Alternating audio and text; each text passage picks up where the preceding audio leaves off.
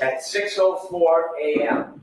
on January 29, 2022, the alarm bell sounded in the Canton Fire Department. Firefighter paramedic Timothy Nuttall knew what that meant. His heart skipped a beat, he raced to his equipment, and he picked up his bag, which was meticulous. There was a sign and a signal, and then there was a voice commanding that there was cardiac arrest. The most serious of calls for a firefighter and paramedic, that means that a person's heart has stopped. He didn't know who it was, he didn't know where it was. He took his bag, he had just gotten to the station, and he rushed to the ambulance. He was one of the most senior paramedics that morning. Another paramedic, Anthony Flamati, would be running this mission. He jumped in the back of the ambulance, the door shut, and they headed off to 34th Fairview Road. As they drove, firefighter Nuttall could not see anything. He couldn't hear anything other than the engine of the ambulance. He could feel it sliding across the road. It was near blizzard conditions. He calmed himself, he steadied himself. This is what the firefighters and paramedics are trained to do, to focus. And he focused on his task. He looked around the back of the ambulance to make sure all the tools were in place. The ambulance was meticulous as well. This was Anthony Flamati's ambulance, and it was well stocked. He calmed himself, and he thought about what was going to happen. What should he be looking for? What is his next steps? He played the scenarios through his mind, and every calm was above him. As the car pulled up to 34th Fairview, the ambulance, he stood at the back door, the doors open, and he stepped out into Bedlam. He could hear a woman screaming and shrieking, the cold, hard air slapping on his face, and the wind, blizzard conditions swirling around him. You will hear him tell you how he trudged towards those screams in the darkness to snow. And when he got there, he saw 3 women surrounding a man lying, not moving on the ground. He walked up to the man, and he reached down, and he tried to find any signs of life, pulse, anything. And he found nothing.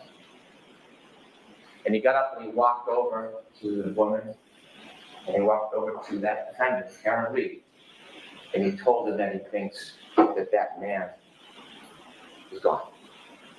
And then he heard the yell from Anthony Flamati, the chief, and he said, "Come back, let's go." Because you'll learn that in the cold, even if somebody's heart stops, even if they're presumed to have passed, sometimes you can still save a life. So you'll see on a dash cam video, you'll hear from testimony, he went back to that man who's John O'Keefe. He went back to him, and that crew, coordinated effort, they did everything they could to save his life. They got on their knees, they began CPR, and firefighter Nuttall will explain as he knelt over John O'Keefe. He looked up, and the defendant approached him, and you'll see it on the video. Now, he wanted any information, because when you're trying to save someone, you want to know, are they on drugs, medication, do they have a heart condition? And he looked up at Miss Reed, and he said, "What happened?" And you'll hear her words through firefighter Nuttall. She said, "I hit him, I hit him, I hit him." And it was at that time, through the words of the defendant, that she admitted what she had done that night, that she hit John O'Keefe. Now, those words didn't mean anything to firefighter Nuttall. They weren't in context, they didn't reconcile with the injuries, it didn't help him in his treatment, so he ignored it. Now, firefighter Nuttall is not a police officer. He is not an investigator, he is not a detective. He's a first responder. And so he takes that information that was useless to him, he continues to work on John O'Keefe, trying to save his life. You'll see the team put him on a stretcher.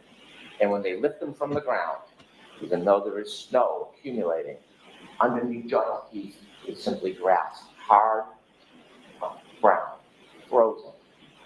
And beneath his body lay his cell phone. They bring him to the ambulance, and while they're bringing him to the ambulance, you'll see on the videos that other first responders speak to the defendant. One first responder, Flamati, she will say, "I hit him, oh my God, I hit him." And then she was interviewed or asked questions for background information, not a criminal investigation, just background to try to help John. And she was asked questions about his background. And during that conversation, you won't hear. Was she Mirandized? The defendant. Nope. Was a person by the name of Ah, Jodie. really?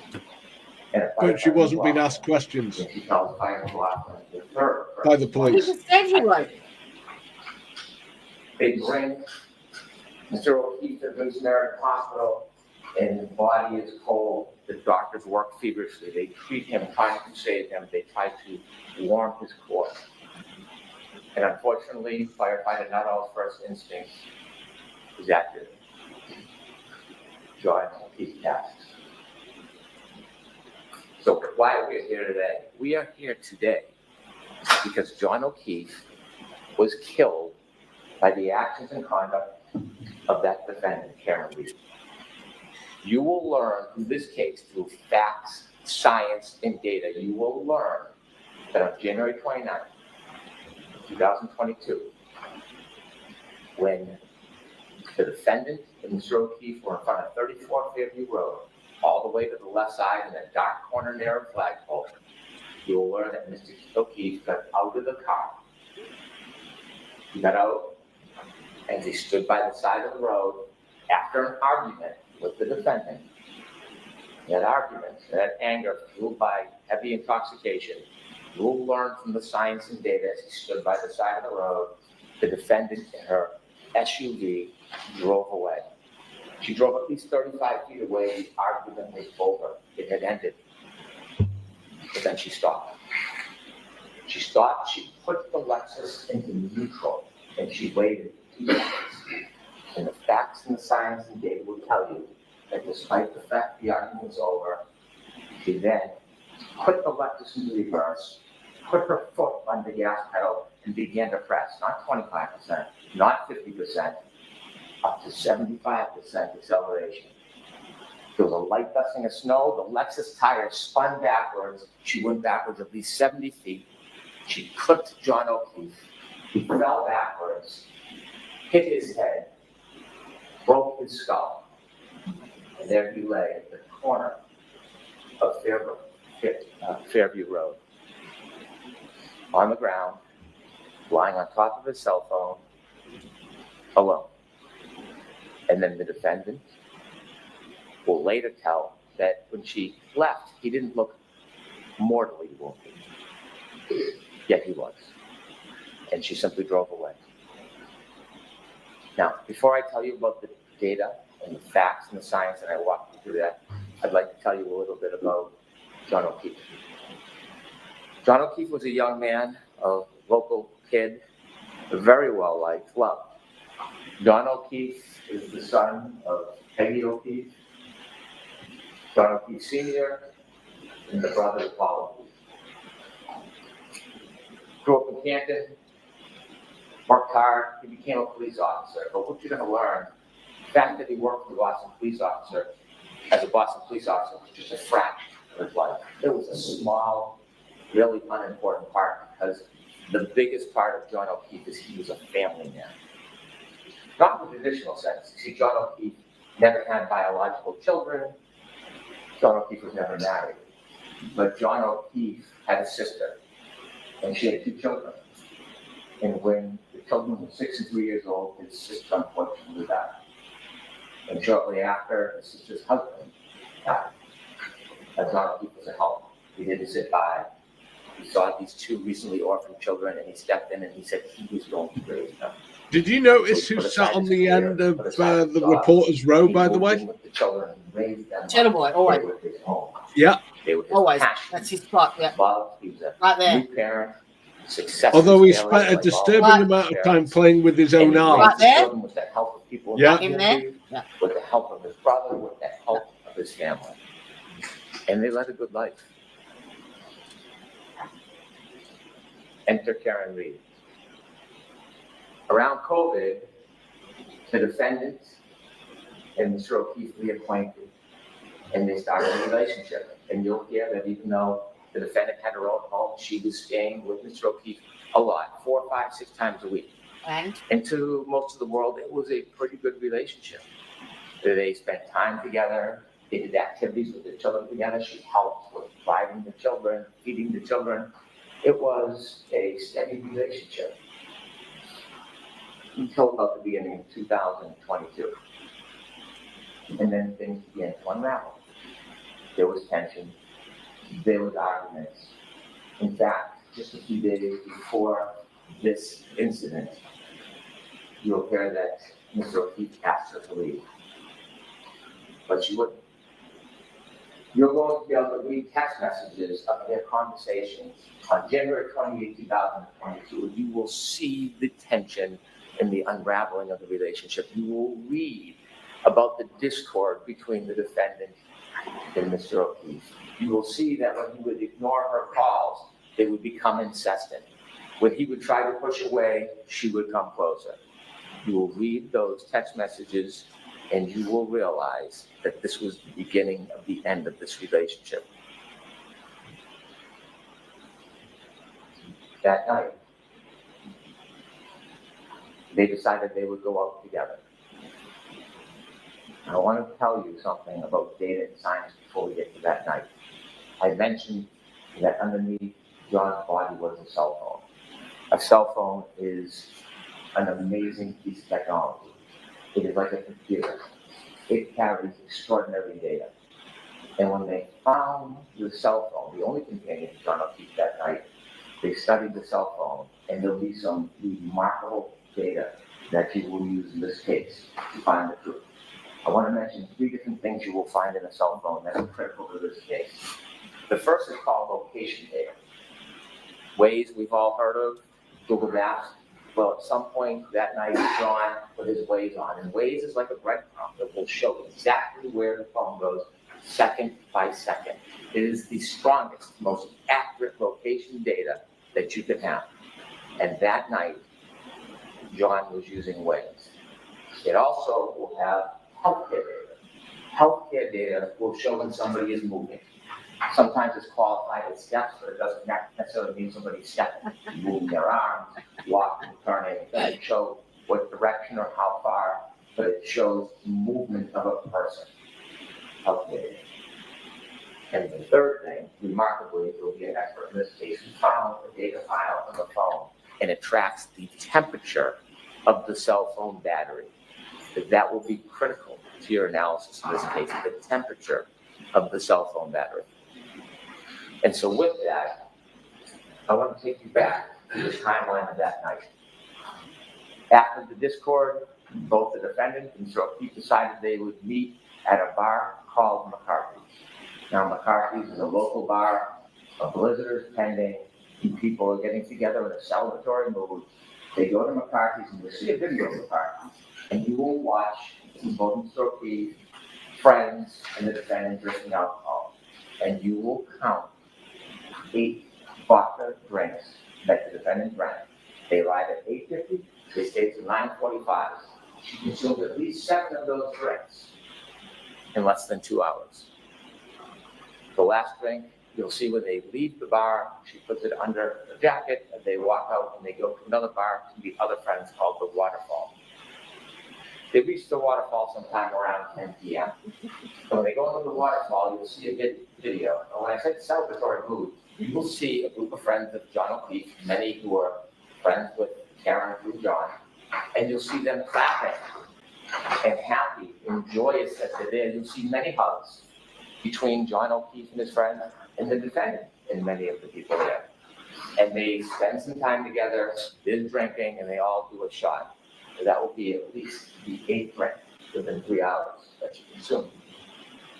You will see from the data, not just the cell phone data, but there's some other very important data. And the other piece of data that goes hand in glove with the cell phone is information on the defendant's Lexus vehicle chips. You might have heard of black box in an airplane, or there's some type of event that captures a small amount of time. Well, that was captured in the defendant's Lexus. That black box information with the cell phone data will tell you everything you need to know in this case. It will bring us step by step through the entire night to the death of John O'Keefe. And so they leave the Waterfall Bar at 12:12. and you'll see that the ignition goes on to the defendant's Lexus. And both John O'Keefe and the defendant in the car, they decide that they're gonna go back to 34 Fairview Road, that we talked about earlier. They're gonna go there for a get-together for one of the homeowner's sons who's having a birthday party.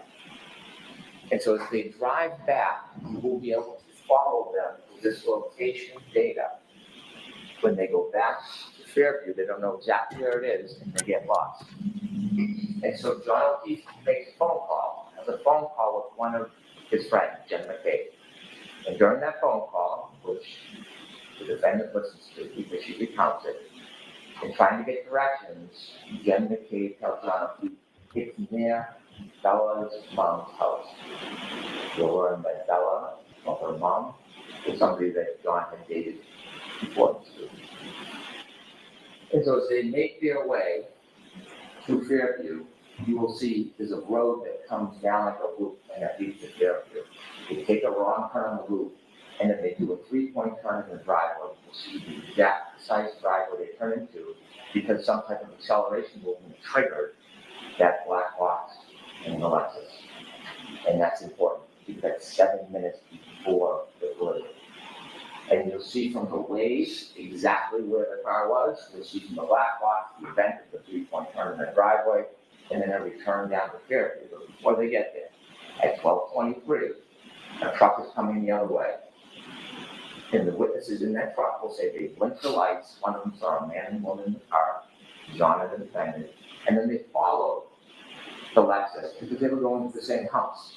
The truck stopped at the driveway, and the Lexus, the defendant's car, will appear because of the waves and be counted second to second, never stops. It rolls very slowly all the way to the end of the yard in the corner where there's a tree line and a flagpole. And they reach that location at 12:34:33. And they're in the car and they stay there. The truck waits, they speak to somebody in the house, comes out, the person goes back in the house and they're there for about 5 minutes. We're now down to 2 minutes before the collision. The truck leaves, and now it's just the defendant and John. And while they're waiting outside at 12:27, John gets a text from Jen McCabe, park behind us in the driveway. 12:29, she texts again, are you coming in? You'll hear that Jen McCabe and others look out the window and see the defendant's Lexus in front of the flagpole at the far end. It's snowy, it's dark, it's windy, they're waiting. You will know that John O'Keefe was in that car, that Lexus, and didn't move because his healthcare data is not moving. It's not moving until 12:31:56. At 12:31:56, he begins to move. You will have 20 seconds before he falls. 20 seconds. He gets out of the car, the Lexus, and in that 20 seconds, you'll hear that user initiated. He looks at the phone, at the text message he generated. It's now 12:32:09. He closes the phone the last time. It will be the last time he uses that phone. That phone was physically manually turned off at 12:32. It was manually disengaged. From the waterfall bar, you see that he's in his back pocket. And at that time, 12:32:09, last user, he has 7 more seconds he will move before he lies dormant the rest of the night. We'll also have the information from the defendant's Lexus black box. The clocks run differently. There's a 30-second variance, but it's right in the heart of that time. And you will see in the data at that time, when he makes his last movements with the phone, is when her car leaves 34 feet at least, stops, neutral, and then shoots into reverse, the tires spinning right towards him. Right when he got out. You'll know they're arguing because the next morning she tells the firefighter, I'm sad because our last moments were fighting. She drives away. And they said she's made later statements that when she left, he didn't look mortally wounded. He lied on the ground on top of his phone, light dusting of snow, the snow now picking up. and he's just there. It's 12:37. Now, when he's in the car, before he gets to Fairview, the battery temperature of that phone is 77 degrees. 77 degrees in the warm car. Now that he's been outside the car for 5 minutes, drops. That wasn't me.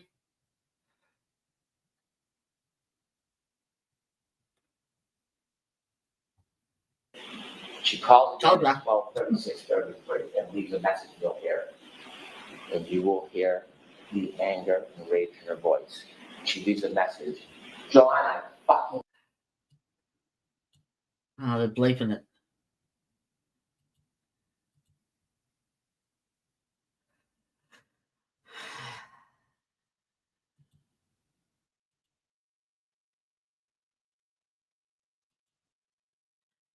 No, it's frozen. Not me, folks, sorry.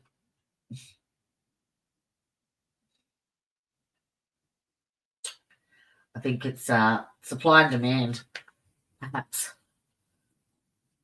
Might need to buffer. Even though I'm on Ethernet. You should see how many people are streaming this. Just a couple. Cell phone drops to almost 60 degrees. 12:59, the defendant leaves another message. Oh my God.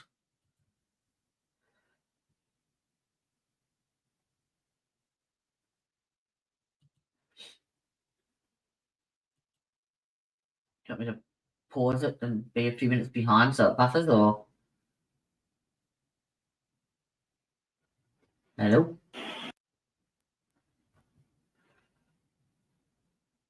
Go back to him. She did not leave.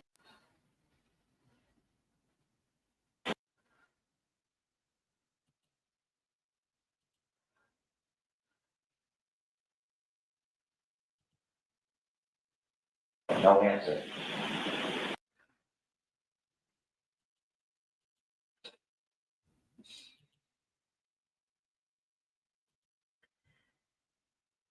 Can you hear me? Anyone? Falling asleep and passing out. But then she wakes. It's 5 o'clock. She is frantic. She wakes up John's niece and she is unintelligible. She is yelling, she's screaming, she asks for the niece to call Jen McCabe. She calls Jen McCabe, and you'll hear Jen McCabe recount out of a deep sleep. She wakes up and she hears, Jen, Jen, Jen, screaming Jen's name. John's dead. Hangs up the phone. Jen McCabe. Down. And then she, what's going on? And she told, well, I left him at the waterfall. At the beginning of her. No, Jen McCabe. I left him at the waterfall. Jen calls back and says, he saw you up front. You did leave him at the waterfall. She hangs up. She then minutes later calls another person, Terry Roberts, a friend of John O'Keefe. Someone who's not friends with the defendant, but they know because they helped raise the kids and they interacted. She had nothing to do with the night before, wasn't at the bars, was home with her family. She calls her and says, I think John got hit by a plow. I think he's dead. Now Terry, with that information, calls 911. She calls hospitals, you can hear her voice, she's concerned. Not him.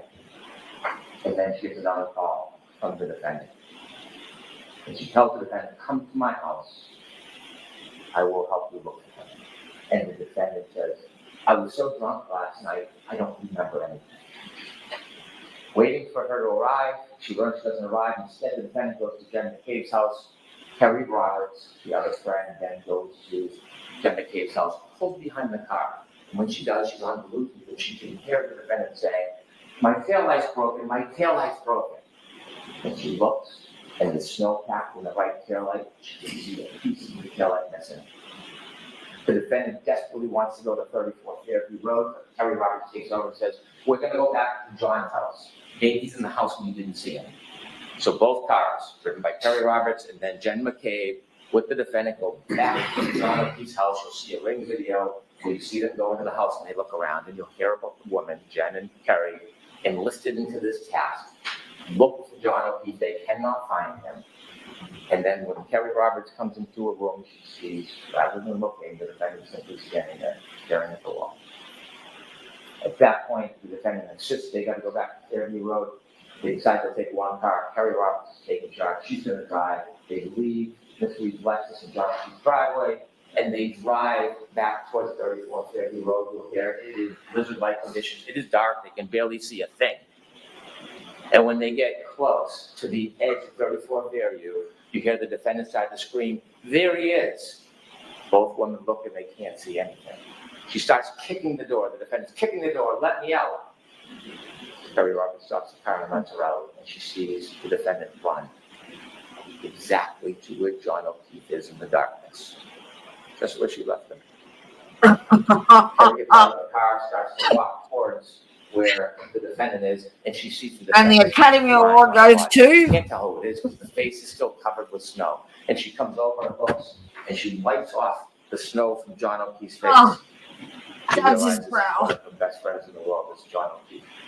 And she starts to try to do first aid. They start to move him, and coincidentally at 6:06, when they start to move him, the cold air hits that cell phone battery. It drops from 50 to 43 degrees. And they try, Jen McCabe calls 911. And that's when a police officer arrives. There's a man in the snow.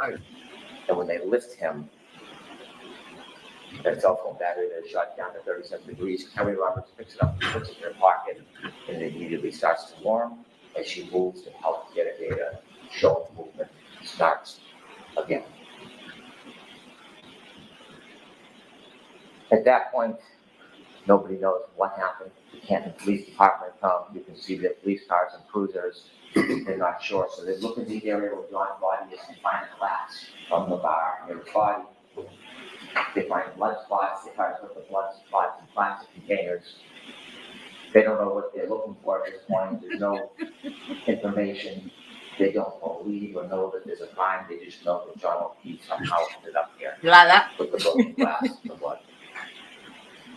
And so that morning, you can see the work. Court TV, but I'm about to switch. Roberts is walking. Peggy O'Keefe is going. I'm on law and crime Her now. husband. Sorry, As she no, I walks was down the on. hall, Karen Reed is also in the hospital. See, there was some reports of maybe she was upset or suicidal, so they sent. No, I went from law and crime to law and crime. Make sure she was safe. I'm You fucking hear clever. Peggy O'Keefe tell her she walked.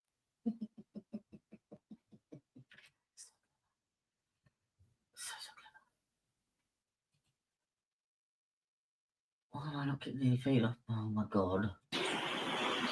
As she walked by I'll go to Karen court TV. on the beach, she stopped and she said, "Karen, what happened?" And you hear that Karen was excited and yelling, "Did you get it?"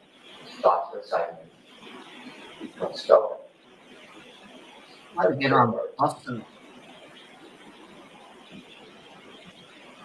Peggy pays respects to her son. And then she has to go back home because she has to help the children. I've got Boston 25. Now, while she's out, you can't. What's up? You getting bad feed? Make sure the I children think are it, safe because they're around their home. because there's so much demand, it's just dropping in and out a little bit. It's just buffering, even though I've got internet. There's so many people streaming it.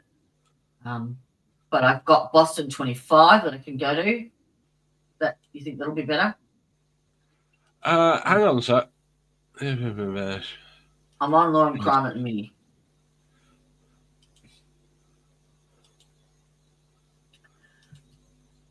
Get this one. When the officer pulls in, he doesn't notice anything, but you'll see on the dash cam video, his dash cam video notices something. That tail light has a big missing piece to it. They can't find the children. Ultimately, Peggy comes home. A friend can take it down. When they bring the nephew home, I'm going to pull that one up. Distraught. Yeah. And then Peggy hears a knock on the door. They want to come in. Sorry, the place is They the come same in. time.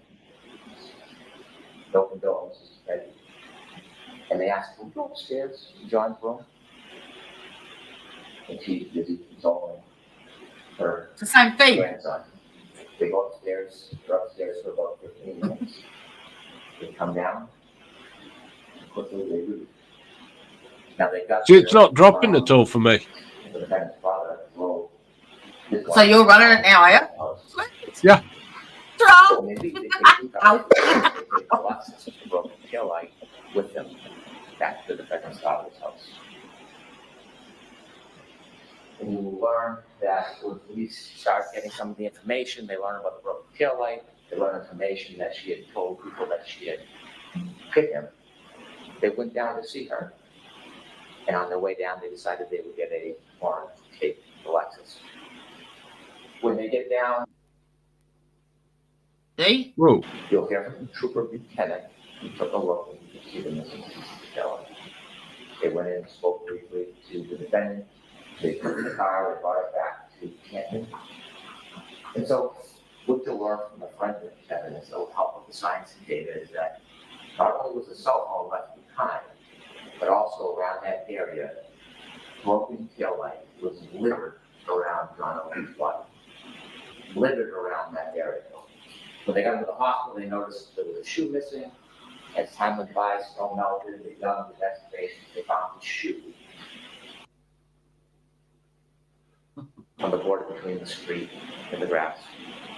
You'll learn days later when they did a plant excavation, they found his hat frozen to the ground. Yeah, I see what you mean. Do you want me to try Boston 25? But that broken Can do. tail light It's a smaller channel, will probably be less demand. Well, you can try it. It's up to you. I don't mind. No, just you look can at try it. I don't care. 3, 6, 9, 10, 11, 12, 13, 14, 15, 16, 17, 18, 19. Like, you scroll down your home feed and see how many people are streaming from this one. All right, share this tab instead. So take that off, add that, share that, and unmute that, Jodie. Make it bigger and clear. Oh, that is an HD. Woo! Unmute, Jodie. Unmute.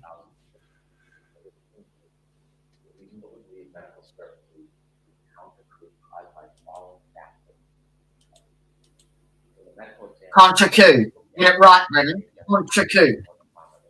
Sound on it's very low though. Hang on. I can fix that. It's the front, it's again.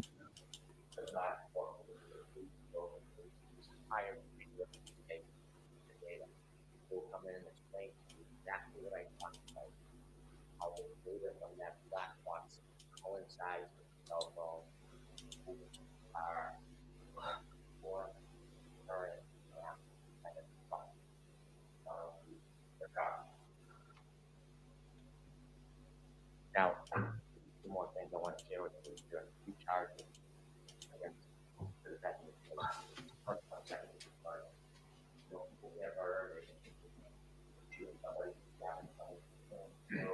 Better?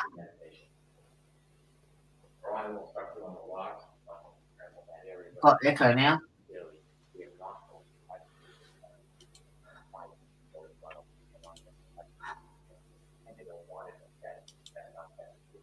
It's low, isn't it? Yep. Intentional act, driving back at him at that speed in the storm, in the darkness, knowing that he had just gotten out of her Lexus. She intended that act, which would cause flame, spotlight to the defense. That's what. I've got it boosted too. Also, operating under the influence of alcohol and fire because she drove her Lexus recklessly. She hit John O'Keefe, and because she hit him and he fell back, she caused his death. The third charge is leaving the scene after knowingly causing death. Again, she hit Mr. O'Keefe with a car. She knew he was injured. She left him behind. And died. This case will come down to the science and the data. The science and the data that cell phone is the best of historians. It doesn't suffer from intoxication, it doesn't suffer from memory loss, it It doesn't suffer from emotion, pride, or credit. It is facts, it is data. And that facts and data will lead you to the truth in this case. But after Ms. Reed was charged, she began what you'll learn as a campaign to make public statements. 2020, Nightline, Fox 25, a documentary. And we had an opportunity to get many of her statements and footage, and we're going to show much. And her statements to you will confirm what you already know from the science and data. Boston 25 need to get better mics. Yeah. About what she did that night. Her words. And I've got it boosted at 550%. I can't do any more, Captain. Extraordinary intoxications. Her admissions to driving the elect. Her admissions to being angry. And that's not high def either. And I did say her admissions that she told. I think law and crime have fixed their issue. Go with yours.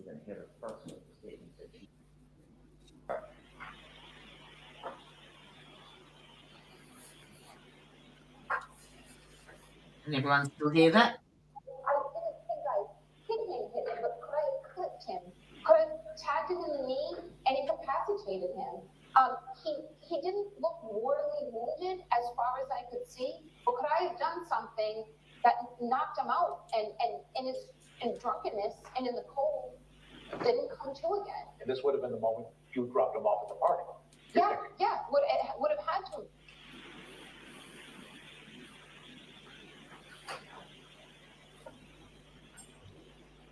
Was that statement made when she found him, or That was her interview, one of her interview statements.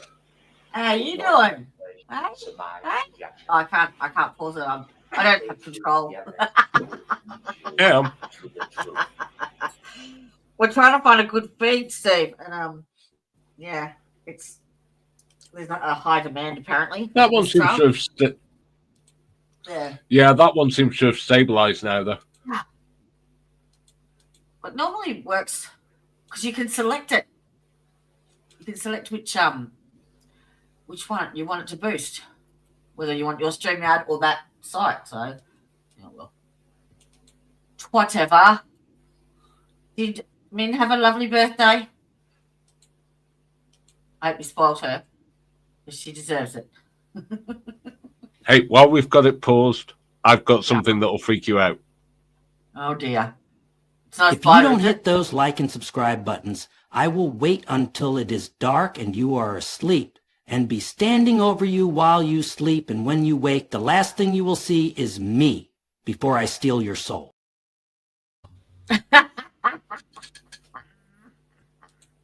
I love it. I like this one too. You solemnly swear to tell the truth, the whole truth, and nothing but the truth. So help you schmackos.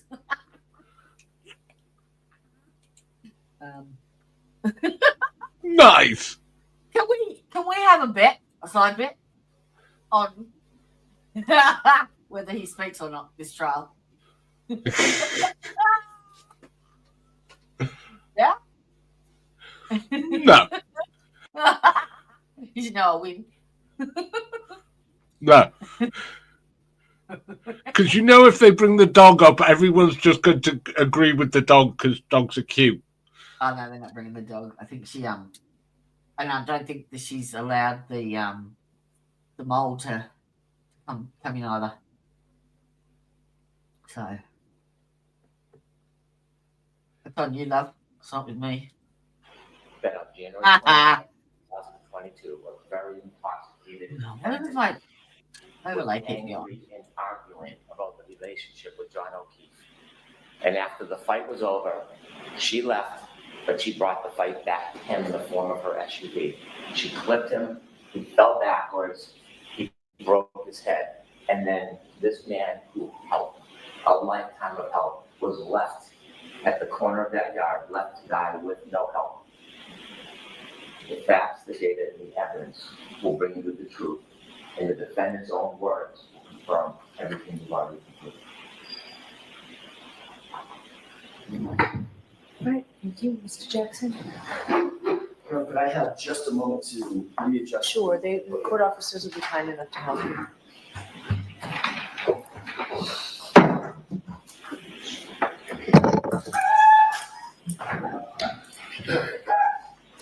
You like a dog?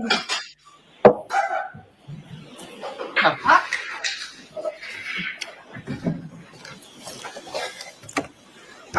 May I, Your Honor? That's not a dog. That was someone's emotional support alligator. Oh, sorry, I was on a different screen. I was flipping the